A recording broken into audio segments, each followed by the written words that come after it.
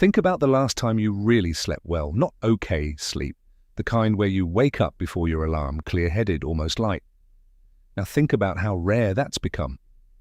Most of us treat sleep like the thing we do after everything else is done. We push it later and later, telling ourselves we'll catch up on the weekend. But here's what almost no one tells you. It's not just how much you sleep that matters, it's when. There's something specific about being asleep before 10 p.m. And if you did it every night for 2 weeks, 5 real, measurable things would start happening to your body, and you would feel every single one of them. Let's go through all 5. First, why 10 p.m.? Why not midnight, or whenever you feel tired? Your body runs on a roughly 24-hour internal clock called your circadian rhythm. It's not a vague feeling, it's a real biological system that controls when hormones are released, when your body temperature drops, and when repair processes switch on. And this clock is tied to darkness. As night falls, your body starts producing melatonin, the hormone that prepares you for sleep. For most people, that melatonin release ramps up in the few hours after sunset, which lines up roughly with that 9 to 10 p.m. window. When you sleep in sync with this rhythm, going down around 10, your body's repair systems fire at full strength. When you fight it, staying up till 1 or 2, you're awake during hours your body wanted to spend rebuilding itself. So 10 p.m. isn't a magic number, it's an alignment, sleeping with your biology instead of against it. Now the 5 things that change. Number 1, you get dramatically more deep sleep. Your night isn't one flat block of sleep. It moves through cycles, light sleep, deep sleep, and REM, repeating roughly every 90 minutes. But here's the key fact most people don't know. Your deepest, most physically restorative sleep is front-loaded into the early part of the night. The first few cycles, before about 2 a.m., contain the biggest share of deep sleep. As the night goes on, you get less and less of it. This means 2 people can both sleep 7 hours, but the one who slept from 10 to 5 gets significantly more deep sleep than the one who slept from 1 to 8.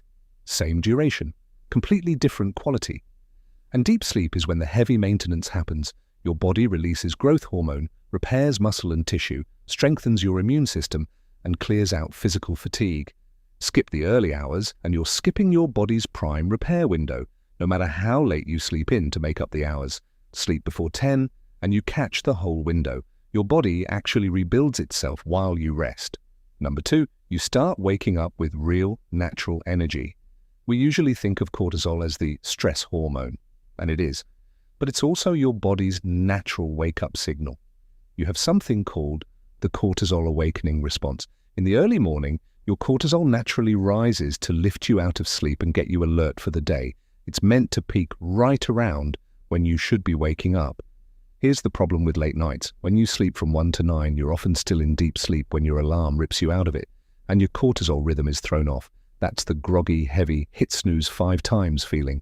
You're fighting your own biology. But when you sleep early and wake naturally in that early morning window, you wake up riding the cortisol wave instead of crashing against it. You feel alert without needing 3 coffees to function. People who shift to an earlier sleep schedule often describe the same thing. They stop dreading mornings, not because they became a morning person by personality, but because they finally aligned their wake time with the wave their body was already making. Number 3, your mind gets noticeably sharper because your brain literally cleans itself. This is one of the most fascinating discoveries in modern sleep science. While you're awake, your brain cells are working hard, and that activity produces metabolic waste, byproducts that build up throughout the day. If that waste just accumulated, your thinking would get slower and foggier over time. So your brain has a cleanup system, sometimes called the glymphatic system. And here's the remarkable part. It runs most powerfully while you sleep. During deep sleep, channels in your brain open up and flush out the waste that built up during the day. Think of it like a cleaning crew that can only come in after the office closes. If you never close the office, if you keep your brain running late every night, the crew never gets enough time to finish. That's a big part of that brain fog feeling after poor sleep. It's not just tiredness, it's a brain that hasn't been fully cleaned out. Sleep early and get more deep sleep, and you give that system the time it needs. The payoff? Clearer thinking, sharper focus, better memory, and a lot less of that foggy, slow-to-start feeling during the day. Number 4, you become noticeably more emotionally stable. You already know this one in your gut. Think about how you feel after a terrible night's sleep. Everything is more irritating, small problems feel huge, and you're one minor inconvenience away from snapping. That's not a character flaw, that's biology. Sleep, and REM sleep in particular, is when your brain processes the day's emotions.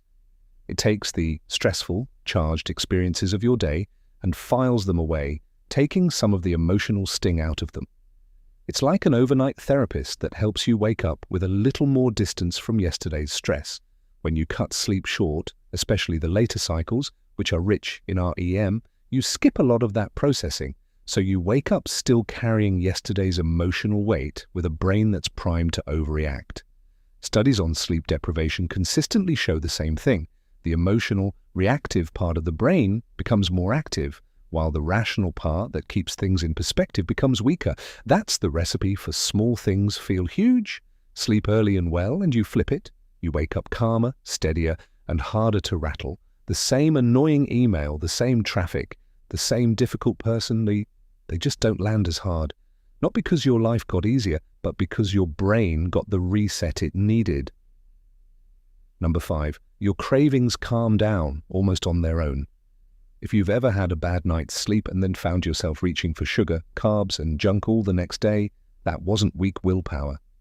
It was hormones. Your appetite is controlled largely by 2 hormones, ghrelin, which makes you feel hungry, and leptin, which makes you feel full and satisfied. When you don't sleep enough, the balance tips the wrong way, ghrelin goes up and leptin goes down. So you feel hungrier and less satisfied by what you eat. And it's not random hunger. Sleep loss specifically pushes cravings toward high-sugar, high-calorie foods because your tired brain is desperately hunting for quick energy. This is why fixing your sleep often does more for your eating than any diet. You're not white-knuckling your way past cravings. The cravings themselves get quieter because the hormones driving them settle back into balance. Sleep before 10 consistently, and within a couple of weeks, a lot of people notice they're just less hungry for junk. The pull weakens on its own. You're not fighting yourself anymore. So let's pull this together. More deep sleep, natural morning energy, a sharper, cleaner mind, steadier emotions, calmer cravings. Notice something about that list. You didn't have to add anything. No supplement, no new routine, no expensive gadget. You just gave your body the one thing it was already designed to use, sleep, at the time it was built for. We spend so much energy trying to optimize ourselves. Productivity systems, diets, and discipline. And the most powerful lever of all is something free, something you're already doing, just done a little earlier. You don't have to be perfect. You won't hit 10 p.m. every single night, and that's fine.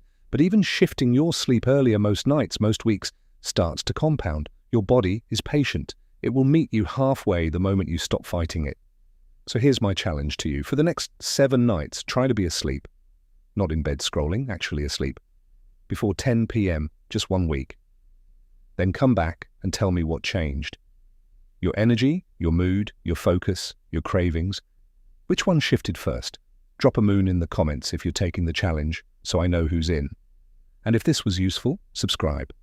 Next week, we're breaking down why you wake up at 3 a.m. every night and what your body's actually trying to tell you. Sleep well. I'll see you in the next one.